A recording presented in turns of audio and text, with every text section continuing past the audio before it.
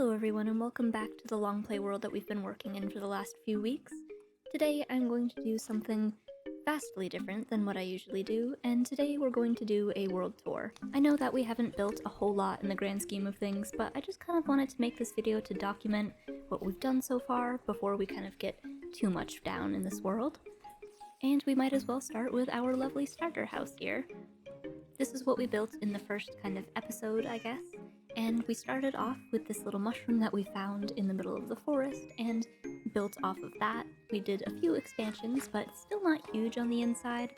I kind of used a very pink and red color palette to kind of match those little pink dots on the side of the mushroom, but it was a little difficult making pink and red work together.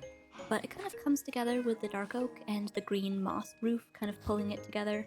And we've got this nice little stone pathway leading up, and in here we've just got our little crafting bench, and that is kind of all that I've put in here. We do have our little pet cat. This is one that we got pretty early on, so she's kind of chilling in here. And you saw kind of the cow pen out there. This is on the very first floor that we kind of have to go down a little bit. And as you can see, it's kind of covered in vines, but we've got a few cows out here. And going up this ladder on the second floor, this is our main storage area at the moment. I do really need to expand at some point, because as you can see, I've kind of shoved everything into this one room. But for now, it's where I keep all of my building materials and like crops and everything. And on this other side, we've got like a more attic type feeling space, and it's got a lovely little balcony that looks out onto our enchanting tower and the river over here. But there's not a lot of storage in here. It is going to eventually all become overflow for everything, but right now I've only got one barrel filled, so we've still got time. And going up to the very top, this is the actual mushroom part, and it's got, again, a nice little view out of these small little cherry trapdoors. But this is where our bed is that we never use anymore because I'm always elsewhere. Coming back down to the first floor here, we've got a mirrored door from our entrance, and this actually leads to our little farmland. They're all automated, but they're pretty small. It's just kind of for a little backup type thing that I've got. But we do have, I think, almost every crop, except for pumpkins and melons, which can't be automated like that. So we've got at least just a little bit of everything out here. We've also got a nice little bone meal machine to make us some bone meal. And actually a dark oak slab for some reason, I'm not sure why. But anyways, I'll show you the other ones that kind of come along here. We don't have a super solid pathway going in between them, so you kind of have to go along this side, but there are a couple more out here, and kind of they encompass the side of the cave that we use, this massive lush cave that we use for literally every kind of stone. And before we get too far over here, let's go back a little bit and I'll show you my enchanting tower. Well, it's not really a tower, but it's a mushroom, kind of like a tower. It is a little bit difficult to kind of show you guys things from the outside without any wings, but we'll step up on our bridge and show you the tower in all of its glory here. You can see it's basically just a mushroom in a building form, and it's got a little bit of a mini mushroom here. This doesn't really lead anywhere, but it is kind of the base floor, but it doesn't have anything in it. It would be kind of good space, I guess, to put like a automatic farm like bamboo or something, but as for right now, it just is kind of empty. Walking up to our main little entrance here, we've got our second cat, which I think I got at the same time as our house cat over there. And this one is kind of just guarding the entrance because I think creepers can get through this little trapdoor thing, but I didn't want to use slabs because then I would have to kind of crouch to get through it, so she's keeping us safe if we're doing any enchanting. And in here, this isn't where the enchanting setup is, but I needed something to just fill the space, so we've got a little lapis tower and many empty bookshelves, which I love to decorate with, the chiseled ones, you know, but I never fill them with bookshelves. It's kind of a chronic thing. I do have even an automatic paper farm over there, but I haven't actually bothered to get the leather myself, so it's kind of another thing that needs to be finished. But coming up the ladder, this is our enchanting setup. I went for more of the lush cave kind of vibe in the mushroom top, and we need to use this more often, honestly, because we don't have a fortune pickaxe or any diamond armor. Not that that's an enchanting issue, but still we need to kind of get on that part of it. And we've got a little grindstone and some storage for our lapis and an anvil, but other than that, it's not super decorated up here. It probably could use some like tables and maybe some more plants on the floor here, so it's a little bit bare, but it is kind of just like that in the bottom as well, so at least it's consistent. And let's see, I might as well show you this little dock while we're here. This is where I used to keep my axolotls, but I moved them into a slightly larger little pond over there, so now we've got just 2 random tropical fish that I saved from our waterfall in the cave over there. And this is kind of honestly just a miscellaneous area. This is where I farm all of my trees on this little dirt block that started for the spruce trees so the podzol didn't spread, but I probably could find a better situation than that. But right next to it, this is the second building, or the third building I guess, that we built, and this is our library.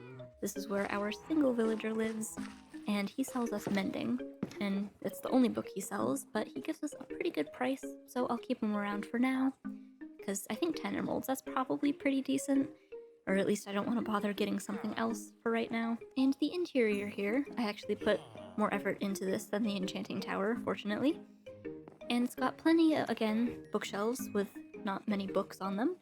And I did sneak a couple more fish tanks in here, again rescuing those poor fish from the waterfall in the cave.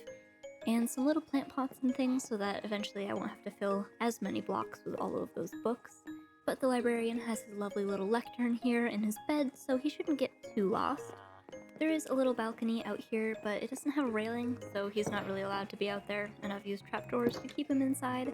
Not that he minds, I don't think, but upstairs I recently filled it in with even more chiseled bookshelves, just so that it kind of feels more filled in, because otherwise it's kind of just the roof area, and those always feel just kind of awkward to me because you can't really put a whole lot in there, so I guess a bunch of bookshelves fits the vibe, and it's a good fix for now. We've also got another little balcony out here that he could maybe go on if I fenced it in, but I feel like he's safer inside, and he's kind of valuable because of his mending trade, so he doesn't need to go out here either, but for me, it's quite enjoyable to have a nice little view out here. And right outside here, this is our little axolotl pond that I mentioned before. Again, it's not super big, but it does go into this, like, spaghetti cave kind of thing that I did have to block off because I don't want them getting lost. Right now I do only have the 3 of them, but I do want to collect more at some point. And I also think that it would be good to find a coral reef to kind of decorate a little bit more in here because there's not a lot you can do for underwater decoration other than all of like the plants, and that's just all green, so having a little bit more color would be good. And I didn't mention the courtyard itself out here. This is kind of like a space filler because I wanted like the library to be the start of our more polished, like town center type of builds, with more of like the farmland stuff being over there. And so eventually we'll have more of our like villagers living in houses along here in the forest. But first, let's go over on this pathway that is kind of shady. It is lit up, but still not super safe at night. But it does eventually go all the way to the birch forest, and this is where I've got all my bees.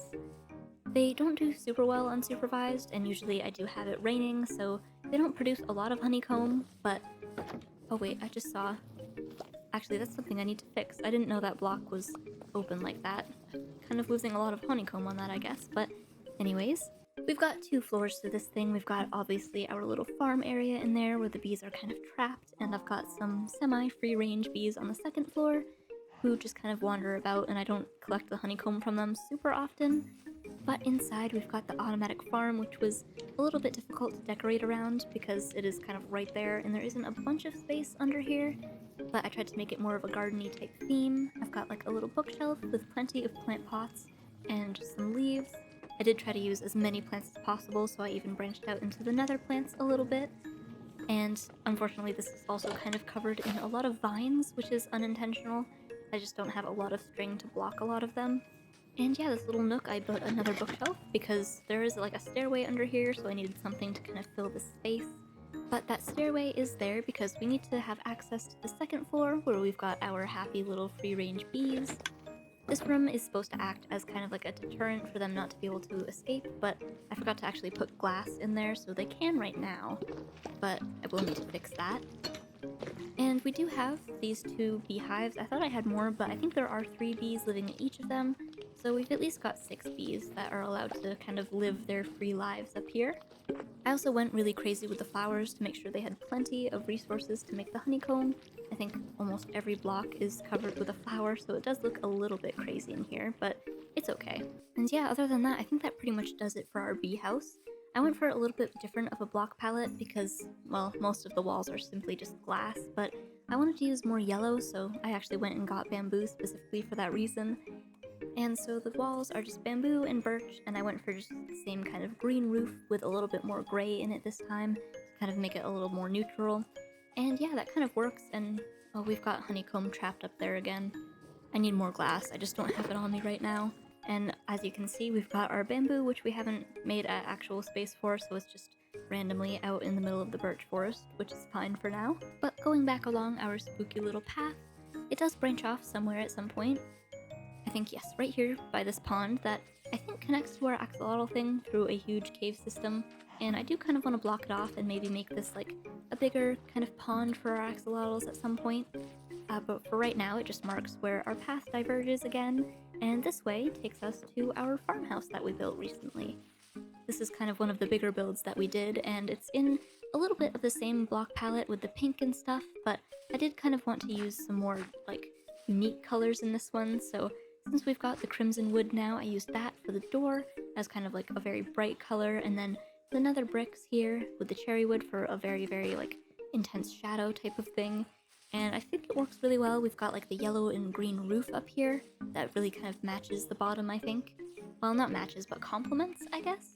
And again, with the pink moving more upwards to like the big barn roof that we've got. And yeah, in this little side area, this isn't where the villagers are allowed to be. They're kind of confined to the main house area.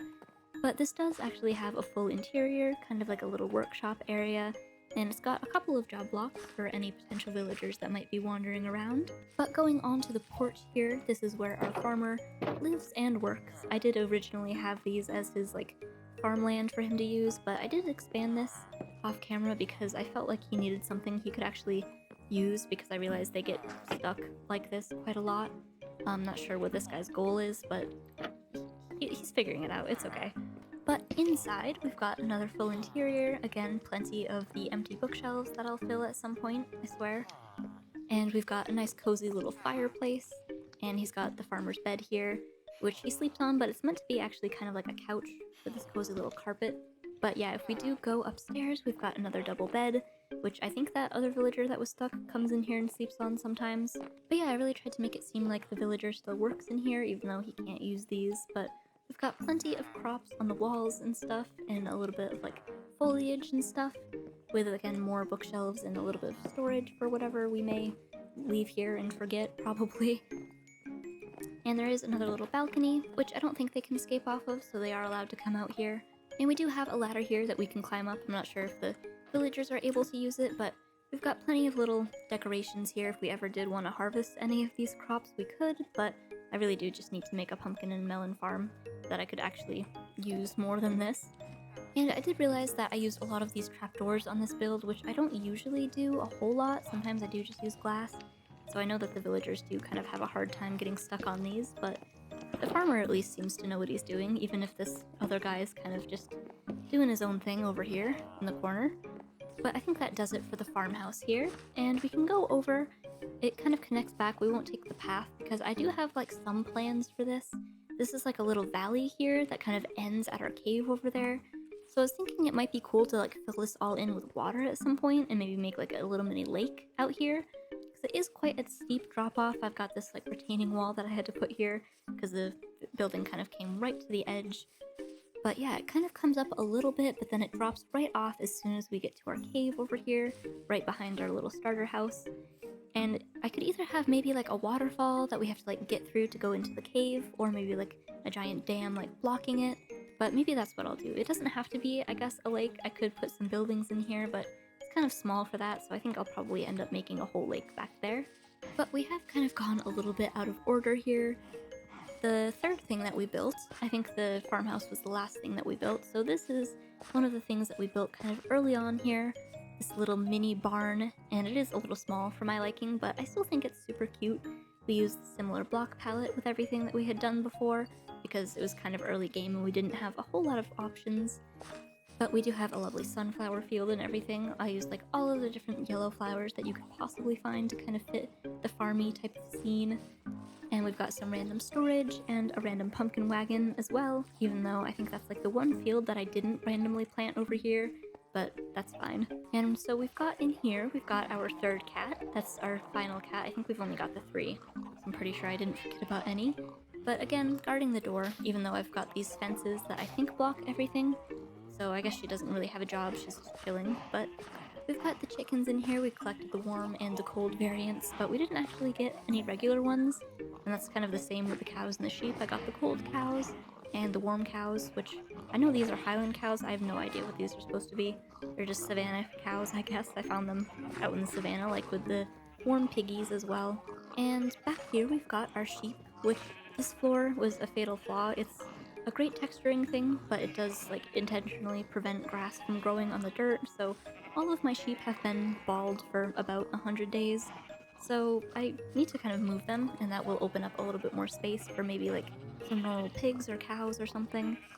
And I did realize I actually do have a chicken in here.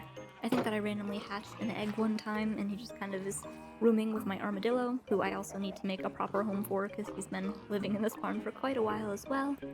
But eventually, I guess this could be our new chicken coop once we move this guy. And up top here, I didn't do a ton of decoration, but there is just like a little mini hayloft with a whole bunch of pipes as well because I'm kind of trying to do an industrial theme as well. And it does come down into this little water trough. I did want to do one of them in each of the pens, but then I realized how unfortunately small I made the pens. So there's just this one in the middle, but maybe in the future I can kind of decorate their pens more, because right now it's not a lot going on. And back here we've got two doors, but this doesn't really lead anywhere except for the forest. So eventually we'll have more stuff back here, but for right now this is kind of just a standalone thing right in the middle out here. Coming back to kind of our town center, I can show you the little bridge that I was on a little bit earlier. This is what I really just built to get over to that island over there where I do want to do some building, and it also gets us a little closer to our sugarcane farm. But it's just like a basic cobblestone bridge with a little bit of the wood mixed in with it and the archways and everything. And I did kind of make a little water wheel here for that more industrial type of theme. And now that we've swam all the way across here, let's walk back because I do want to show you my sugarcane farm, but I think maybe it would be cool to see it from a boat so that way we can get a better view of the whole thing.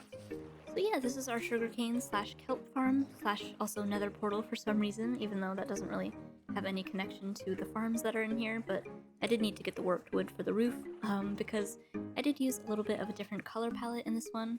I started with our tried and true pink and white terracotta, but I kind of moved up into more of the white and then the pale wood, which kind of goes to more of like a cool purpley color, which then transitions easily to the blue and then to the green like up there, which kind of creates like the gradient through the whole entire build.